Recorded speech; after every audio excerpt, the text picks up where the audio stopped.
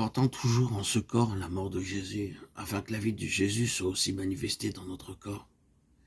Car nous sommes sans cesse livrés à la mort, à cause de Jésus, afin que la vie de Jésus soit aussi manifestée dans notre chair mortelle. Ainsi, nous qui vivons, la mort agit en nous, et la vie agit en vous. 2 Corinthiens 4, 10 à 12. En l'année 1897, à la convention de Keswick, ce fut le professeur Moule, par la suite promu évêque, qui prononça le discours d'ouverture sur le texte que nous venons de citer, portant toujours en ce corps la mort de Jésus. Il fit remarquer que le mot de l'original n'était pas mort, mais mourant, portait en son corps l'agonie de la mort du Seigneur Jésus. C'est consentir avec le secours de la grâce de Dieu à un crucifixion qui glorifie le Seigneur devant les siens. La même semaine, M. Hopkins parla sur le même sujet et fit remarquer qu'il ne pouvait y avoir de vie victorieuse pour le chrétien aussi longtemps que la vieille nature n'était pas morte. Et que, d'autre part, c'était uniquement par la puissance de la mort de Christ que nous pouvions en finir avec elle. Que porte Jésus en son corps sur la croix? Vos péchés? Oui, et vous-même. C'est là que fut faite la grande transaction, là que le pardon fut acquis, là que fut acquise la délivrance par la mort de sa vieille nature. Allons plus loin.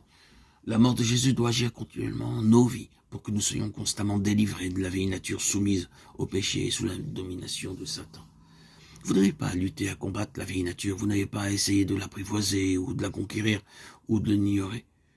Mais vous pouvez réclamer la délivrance que le Rédempteur a acquise pour vous, par sa mort et par votre identification à cette mort. Alors, les fleuves d'eau vive jaillissent spontanément. La vie de Jésus est manifestée en notre chair mortelle.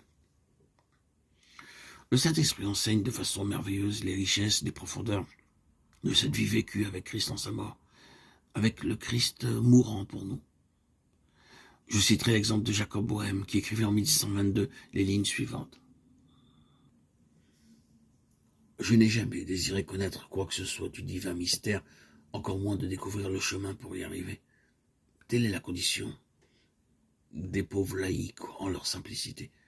J'ai seulement recherché le cœur de Jésus pour pouvoir me réfugier en lui et échapper aux violents assauts du diable.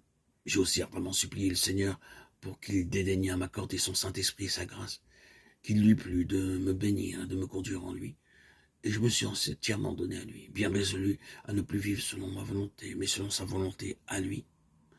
Qu'il daigne me conduire et me diriger jusqu'à la fin, afin que je sois son enfant dans le Christ de Jésus.